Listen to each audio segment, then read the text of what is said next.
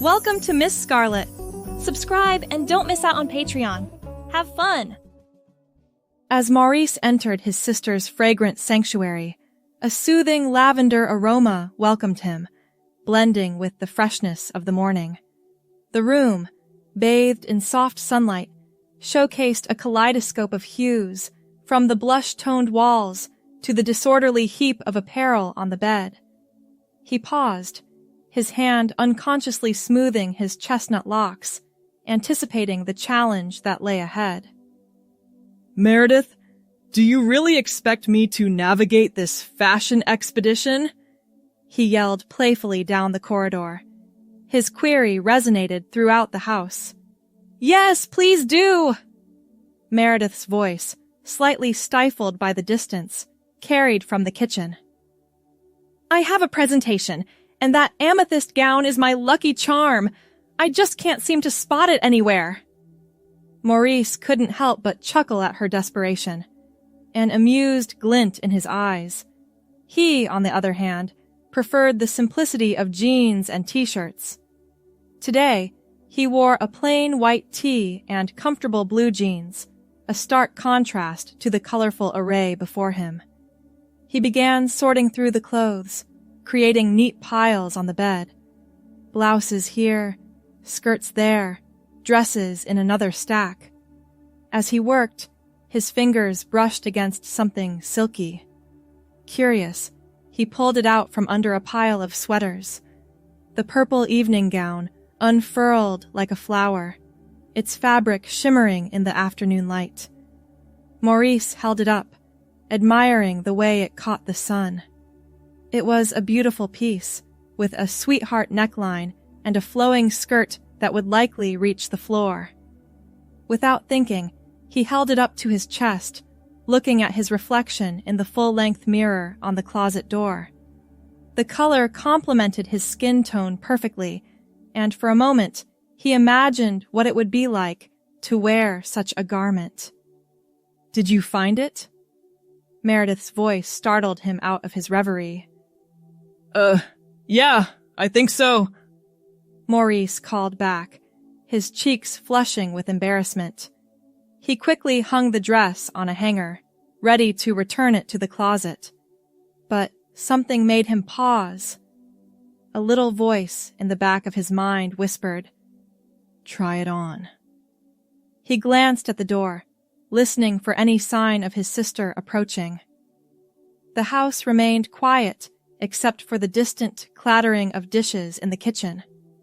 Heart pounding, Maurice slipped off his t-shirt and jeans. He carefully unzipped the dress and stepped into it, pulling it up over his shoulders. The fabric felt cool against his skin, like water flowing over his body. He fumbled with the zipper for a moment, before finally managing to close it. Turning to face the mirror, Maurice's breath caught in his throat. The person staring back at him was different, softer, more graceful. The dress hugged his body in all the right places, creating curves he never knew he had. His brown hair, which he'd been growing out lately, framed his face in a way that suddenly seemed feminine. For the first time in his life, Maurice felt right, as if he'd been wearing an ill-fitting costume all these years, and had finally found the outfit that truly expressed who he was inside. He twirled, watching the skirt flare out around him, and a genuine smile spread across his face. "Maurice?" Meredith's voice grew closer. "Did you say you found the dress?" Panic surged through him. He reached for the zipper, fumbling to undo it, but it caught on the fabric. The doorknob turned, and Maurice froze, caught between fear and a strange sense of relief. Meredith stepped into the room, her eyes widening as she took in the sight before her. For a long moment, neither of them spoke. Maurice braced himself for shock, disgust, or anger. But then, Meredith's face softened. "Oh, Maurice," she said gently. You look beautiful. The tension drained from Maurice's body, replaced by a wave of emotion so strong it brought tears to his eyes. I don't know what to say, he whispered. Meredith crossed the room and took his hands in hers. You don't have to say anything, but if you want to talk about it, I'm here. Maurice nodded, unable to speak past the lump in his throat. He looked at their joined hands, noticing how his nails, usually short and plain, looked elegant against the purple fabric. I've never felt like this before, he finally managed. Like I'm seeing the real me for the first time. Meredith squeezed his hands. Have you always felt this way? Maurice shook his head. No. Or maybe yes. I don't know. I've always felt different, but I never knew why. But wearing this, it's like everything suddenly makes sense. A car horn blared outside, making them both jump. Meredith glanced at the window. Oh no, that's probably the girls. We were supposed to go out tonight. Maurice's heart sank. I'm sorry. I'll change right away. No, wait, Meredith said, a mischievous glint in her eye. I have an idea. How would you like to come with us? What? Maurice gaped at her. But I'm not. You are whoever you want to be, Meredith said firmly. And right now, you look like a woman who's ready for a night out. What do you say? Maurice hesitated, torn between fear and an exhilarating sense of possibility. The car horn sounded again, more insistent this time. Okay, he heard himself say. Let's do it. Meredith beamed. Great, let me just grab a few things. She darted to her vanity, returning with a small makeup bag and a pair of purple heels. These should fit you. I'll tell the girls you'll be down in a minute. As Meredith left the room, Maurice slipped on the heels, marveling at how they transformed his posture.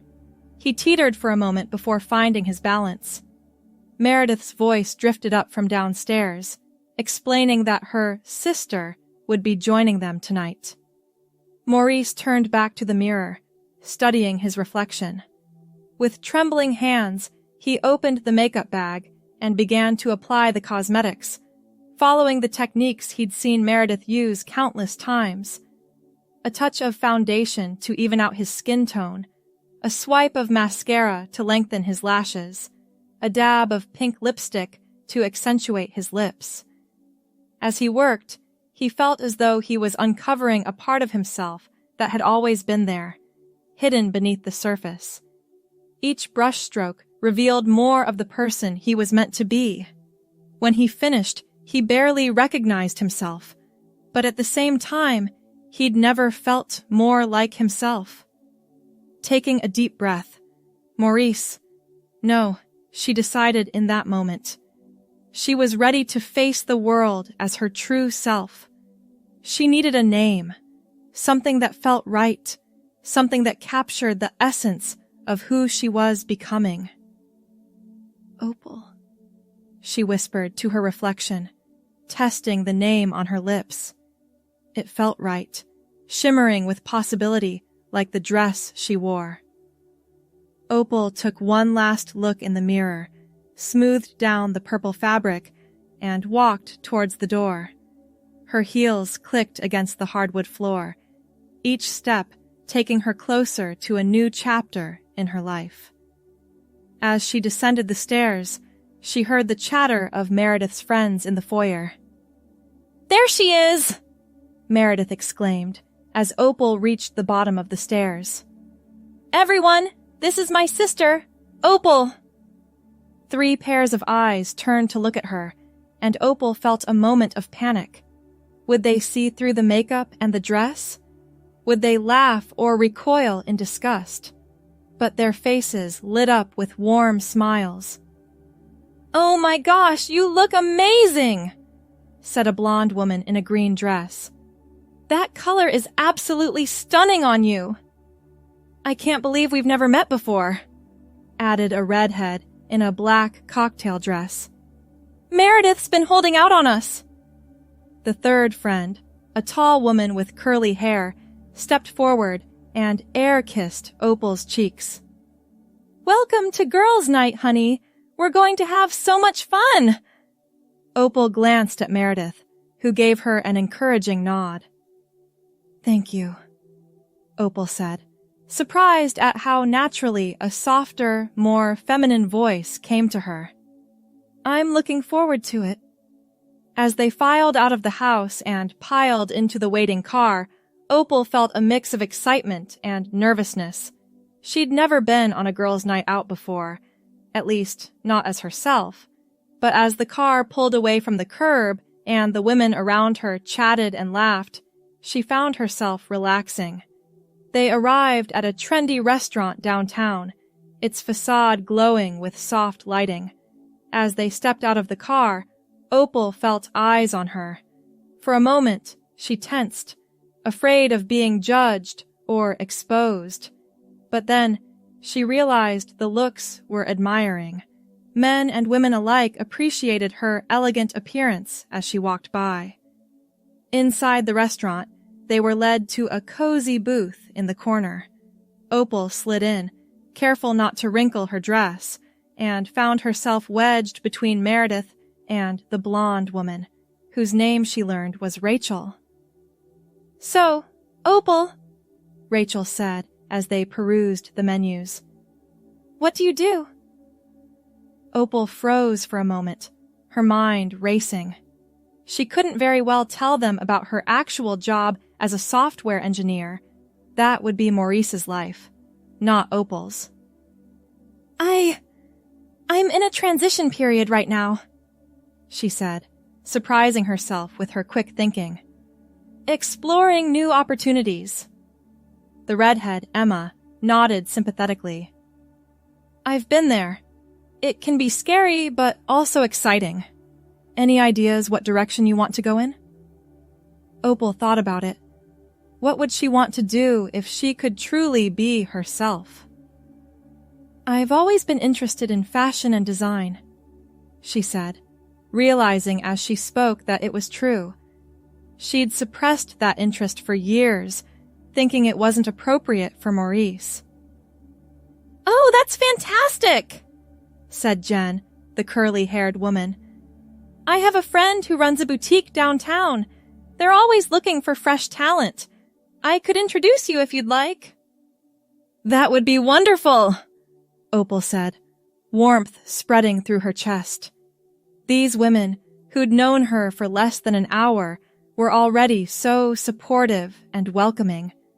As the evening progressed, Opal found herself relaxing more and more. She laughed at their jokes, shared stories, carefully edited to fit her new persona, and even offered fashion advice when Emma asked about accessorizing a new dress she'd bought. When their meals arrived, Opal realized she'd have to be careful eating in her borrowed dress. She delicately cut her salmon into small pieces, taking care not to drop anything.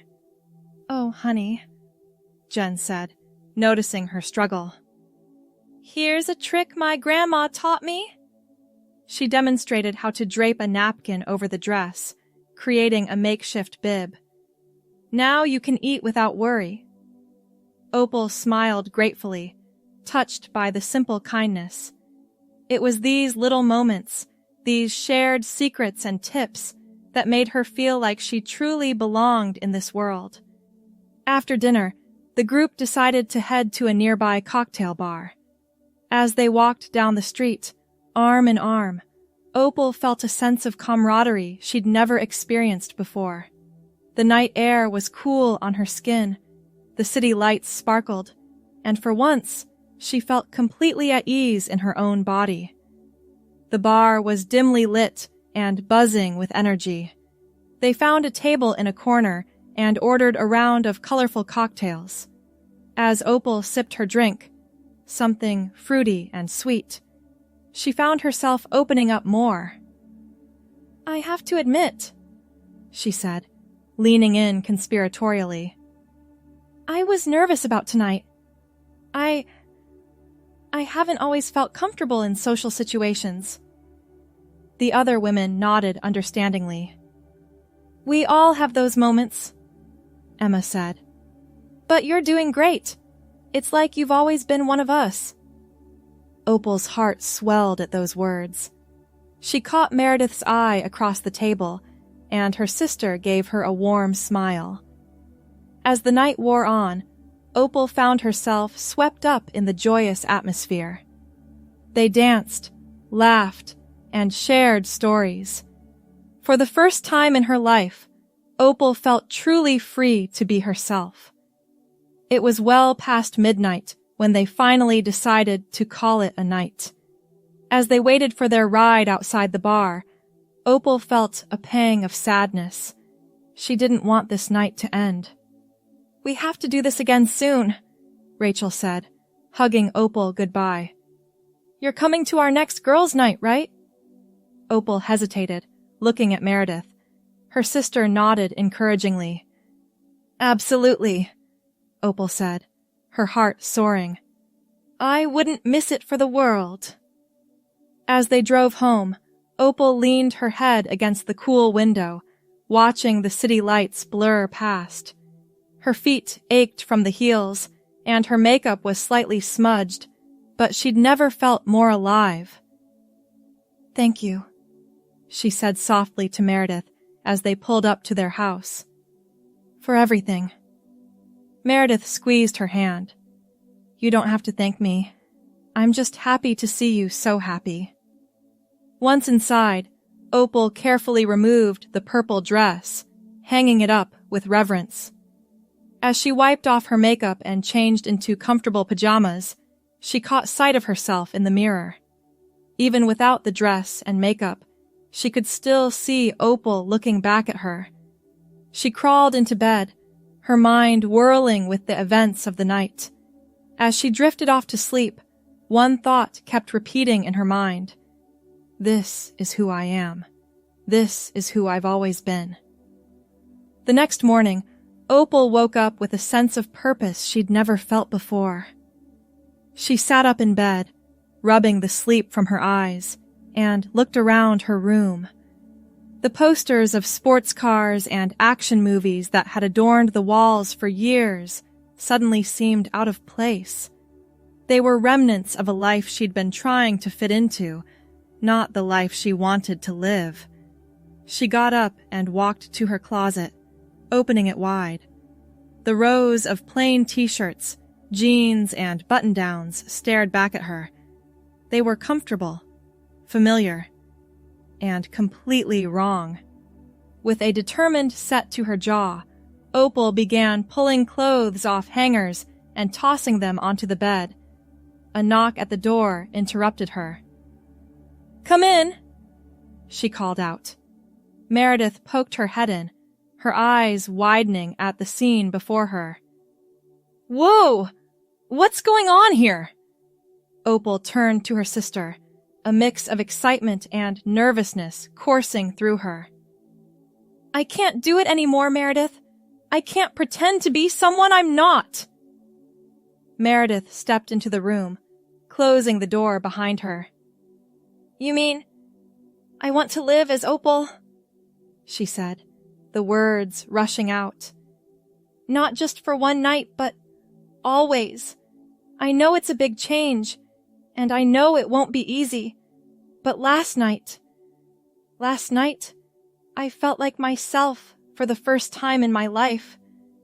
I can't go back to pretending. Meredith was quiet for a moment, and Opal felt her heart pounding in her chest. Then, her sister broke into a wide smile. Oh, Opal, she said, pulling her into a tight hug. I'm so proud of you. Opal felt tears welling up in her eyes as she hugged her sister back. You're not upset? Upset? Meredith pulled back, holding Opal at arm's length. Why would I be upset? You're my sibling, and I love you. I want you to be happy, and if this is what makes you happy, then I'm all for it." Relief washed over Opal, and she wiped at her eyes. "Thank you. I don't know where to start, though. There's so much to do, so much to change." Meredith looked around the room, her eyes sparkling with excitement. "Well, it looks like you've already started with the closet. How about we make a day of it? We can go shopping, get you some clothes that really feel like you, and maybe a haircut?" Opal ran a hand through her brown hair, which now fell just past her shoulders. "You think I should cut it?" "Not necessarily," Meredith said. "But maybe style it differently? We could go to my salon, see what they suggest. And while we're out, we can pick up some makeup of your own." The idea of a full day of transformation both thrilled and terrified Opal. What about work? And our parents? And Meredith put a calming hand on Opal's arm. "One step at a time, okay? Let's focus on making you feel comfortable in your own skin first. The rest will follow." Opal took a deep breath and nodded. "Okay. Yes, let's do it." They spent the morning going through Opal's old clothes, setting aside a few items to donate, and packing away others for storage. Opal kept a few of her most comfortable t-shirts and sweaters, reasoning that they could work for lazy days at home. As they worked, they talked about the practicalities of Opal's transition. There would be legal name changes to consider, medical consultations to arrange, and countless conversations with friends, family, and colleagues. But for now, they focused on the immediate future. By early afternoon, they were ready to head out. Opal wore a pair of jeans and one of Meredith's blouses, which was a little tight across the chest, but felt infinitely more right than any of her old clothes. She'd attempted to recreate the makeup look from the night before, with mixed results. Their first stop was the salon. As they walked in, Opal felt a flutter of nerves in her stomach. This would be her first time in public as herself, without the shield of nighttime and cocktails. The receptionist greeted them with a warm smile. "Meredith! Always good to see you. And who's this?" "This is my sister Opal," Meredith said without missing a beat. "She's looking for a new style. Is Carlo available?" As luck would have it, Carlo had just finished with another client.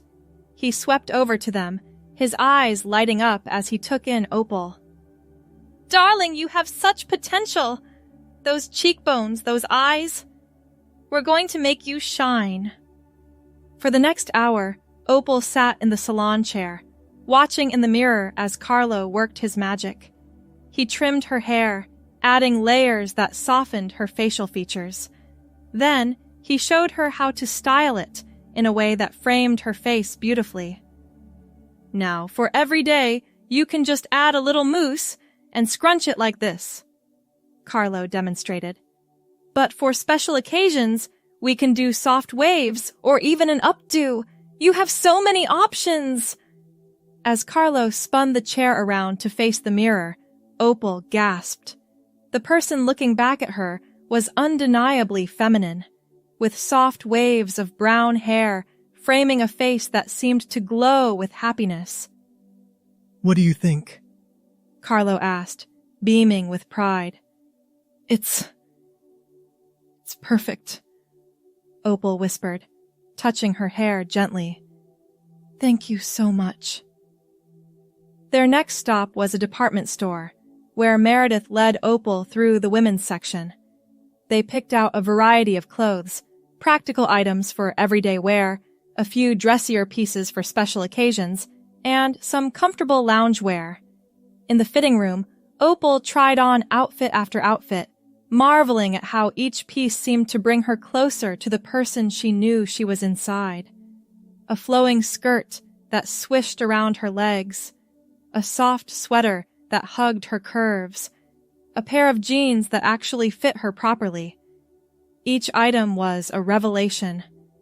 As she modeled a particularly flattering dress for Meredith, Opal caught sight of herself in the three-way mirror. For a moment, she didn't recognize the woman staring back at her. But then, she smiled, and the reflection smiled back, and Opal knew that this was who she was always meant to be. They left the store laden with bags, Opal wearing a new outfit, a purple blouse, a nod to the dress that had started it all, and a pair of black skinny jeans. As they walked down the street, Opal noticed people glancing at her, but not with the confusion or judgment she'd feared. Instead, she saw admiration, even a few appreciative smiles. Their final stop was a makeup store, where a friendly assistant helped Opal pick out a starter kit of cosmetics. She explained different techniques, showing Opal how to apply foundation, how to choose the right shade of lipstick, how to make her eyes pop with just a touch of eyeshadow. As they drove home, the car packed with their purchases, Opal felt a mix of exhaustion and exhilaration. "I can't believe how much we did today," she said, leaning back in her seat. Meredith grinned. "And this is just the beginning. How do you feel?" Opal thought for a moment. "Overwhelmed?" she admitted. "But, right, like I'm finally moving in the direction I was always meant to go." That evening, after they'd unpacked all of Opal's new clothes and organized her makeup, the sisters sat on the couch with cups of tea. "So," Meredith said, "what's next?" Opal took a deep breath. I think I need to tell Mom and Dad. And then work.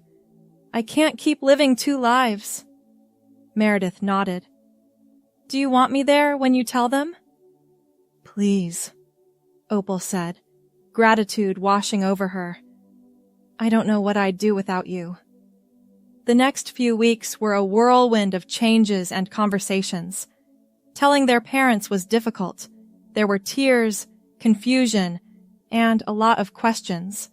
But ultimately, their love for their child won out over their initial shock.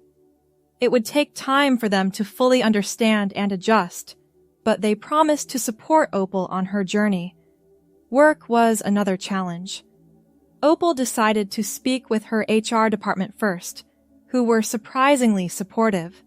They helped her draft an email to her team, explaining her transition and her new name and pronouns.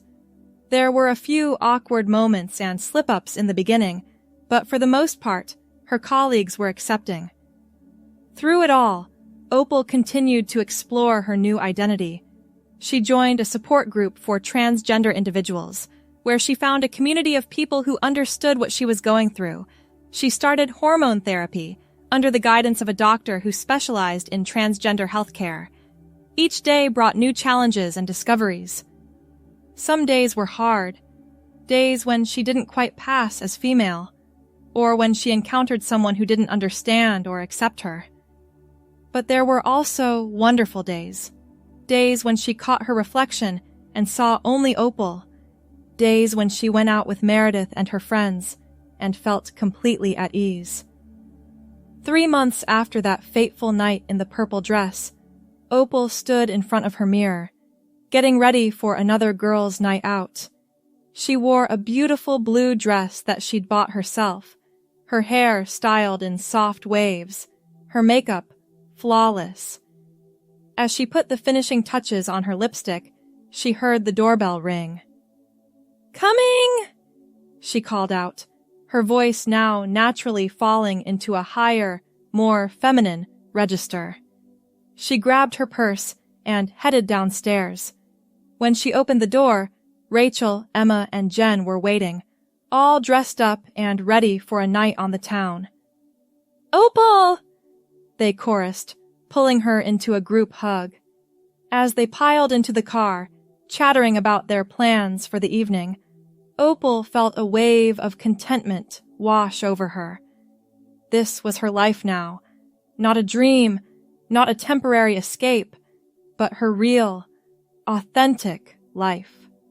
She caught her reflection in the car window and smiled.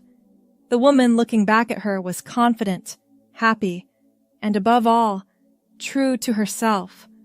Opal was home, in her own skin, living the life she was always meant to live, and she couldn't wait to see what the future held. Thanks for watching, my girlies! Be sure to check out Patreon for more!